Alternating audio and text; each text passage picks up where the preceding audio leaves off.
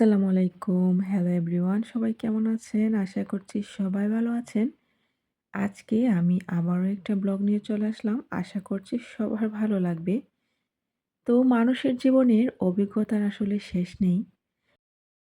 তেমনি আমার জীবনটাও তাই। আমি এখানে আসার পর নতুন অভিজ্ঞতার সম্মুখীন হচ্ছি প্রায় প্রতিদিনই।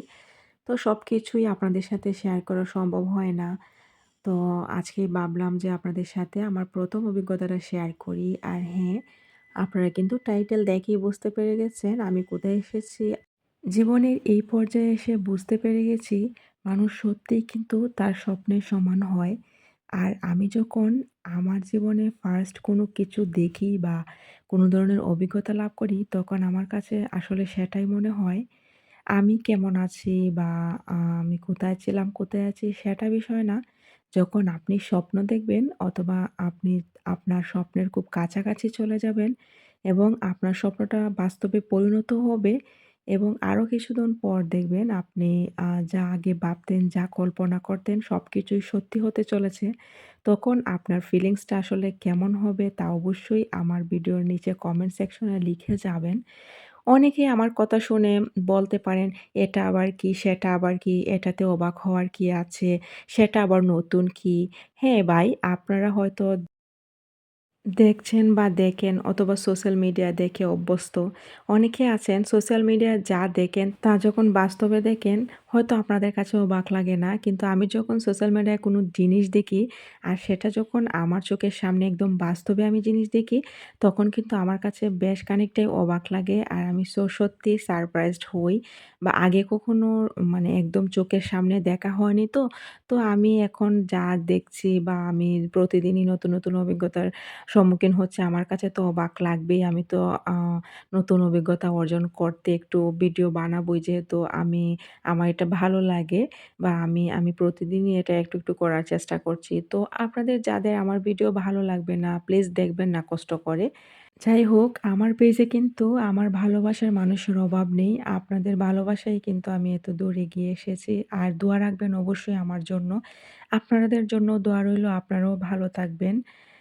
যাই হোক, আমরা এখানে এসেছি আইস স্কেটিং দেখার জন্য। আর আইস স্কেটিং বিষয়টা কি? এটা হয়তো আপনাদেরকে নতুন করে বলার মতো কিছুই নেই। যারা জানেন না তাদের জন্য বলে দিচ্ছি, আমি আগে সবসময় মোবাইলে, ভিডিওতে, টিভিতে দেখতাম। তো যখন চোখের সামনে এই আইস স্কেটিংটা দেখতে পেরেছি, আমার কিন্তু অনেক ভালো লেগেছে আর খুবই অ্যামেজিং ছিল এই গেমটা। তো আমরা কিন্তু এখানে যাচ্ছি। টিকেট নিয়ে একদম বরাবরই আমাদের সিটে চলে গেলাম। তো আইস স্কেটিং হচ্ছে আ এটা আসলে ইনডোরও হতে পারে, আউটডোরও হতে পারে। আইস স্কেটিং মূলত বিভিন্ন ধরনের ব্যায়াম অথবা বিভিন্ন ধরনের খেলাধুলা অনুষ্ঠিত হয়। তো আজকে ছিল আইস হকি। চোখের সামনে আমি কখনো এরকম আইসের উপরে আইস হকি খেলা দেখিনি। তো আজকে যখন চোখের সামনে এরকম একটা অভিজ্ঞতা অর্জন হলো, আসলে জীবনটাই ধন্য মনে হয়েছে। শুরু হয়ে গিয়েছে ১ম এ ওদের দেশের জাতীয় সঙ্গীত দিয়ে শুরু করেছে। তো আপনারা দেখতে থাকুন।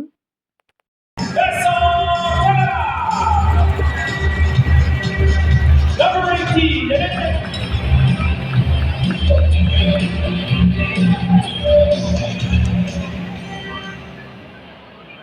the Moncton Wildcats would like to offer their condolences to the family and friends of Bill O'Blinis, who passed away peacefully on Thursday. সবচেয়ে যে জিনিসটা আমাকে অবাক করেছে সেটা হচ্ছে এখানে ২ দলের মধ্যেই প্রত্যেকটা ছেলেই কিন্তু ১৫ থেকে ১৬ বছর ধরেন সর্বোচ্চ ২০ বছর এরকম আমার কাছে মনে হয়েছে। ওদের ট্যালেন্ট দেখে জাস্ট অবাক আমি।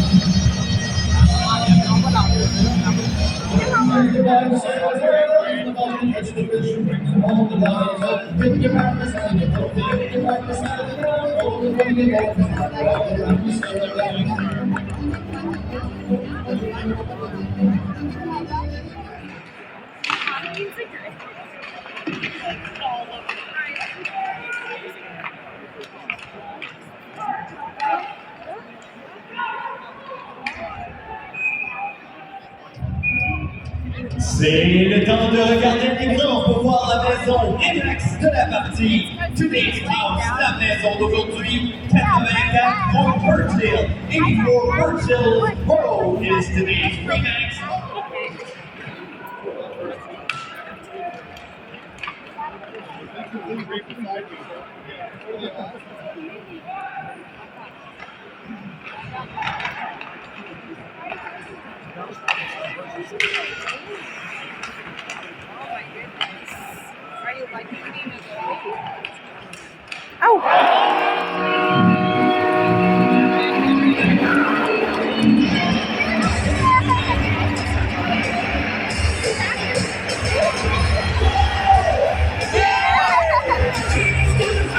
¿Dónde se tocó?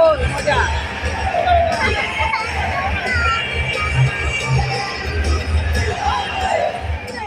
খেলা শুরু হওয়ার ৫ মিনিটের মধ্যেই মংটন গ্রুপে কিন্তু গোলটা দিয়ে দিল। আর ওরা এত ট্যালেন্ট আর এত তীক্ষ্ণভাবে খেলছে দেখেন, একদমই হেলছে না, দুলছে না। এটা দেখেই তো আমি অবাক। আর সবাই ওদেরকে ইন্সপিরেশন করছিল, "গো ক্যাটস গো, গো ক্যাটস গো" বলে।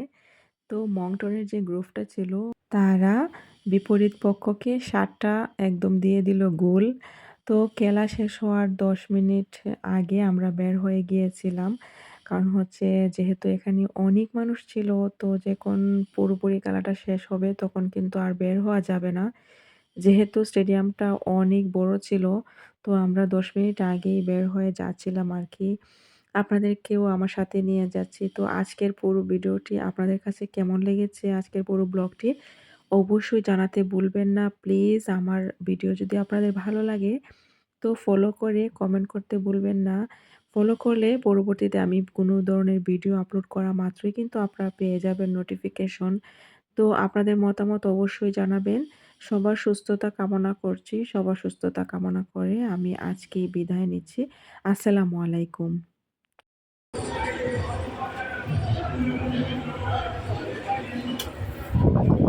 Diga.